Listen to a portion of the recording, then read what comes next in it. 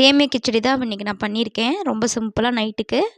ஏன்னா இன்றைக்கி வந்து நான் குளுக்கோஸ் டெஸ்ட் எடுக்க ஹாஸ்பிட்டல் போனங்காட்டி 5 மந்த்ஸ் ஸ்டார்ட்டிங்கில நான் வந்து டிஃபன் வந்து ரொம்ப எளிமையான முறையில செஞ்சுருக்கேன். எண்ணெய் ஊற்றியாச்சு, கடுகு போட்டாச்சு. சோம்பு போட்டா சூப்பரா இருக்கும். ஆனா ப்ரெக்னன்சி டைமில வந்து சோம்பு வந்து சாப்பிடக்கூடாது. அதனால ஒரு 250 கிராம் அளவுள்ள பெரிய வெங்காயத்த பொடி பொடி நறுக்கி வச்சுருக்கேன்.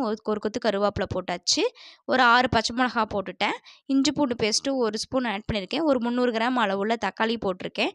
150 கிராம் பீன்ஸும், 100 கிராம் வந்து கேரட்டும் போட்டு நல்லா வணக்கி எடுத்துக்கலாம்.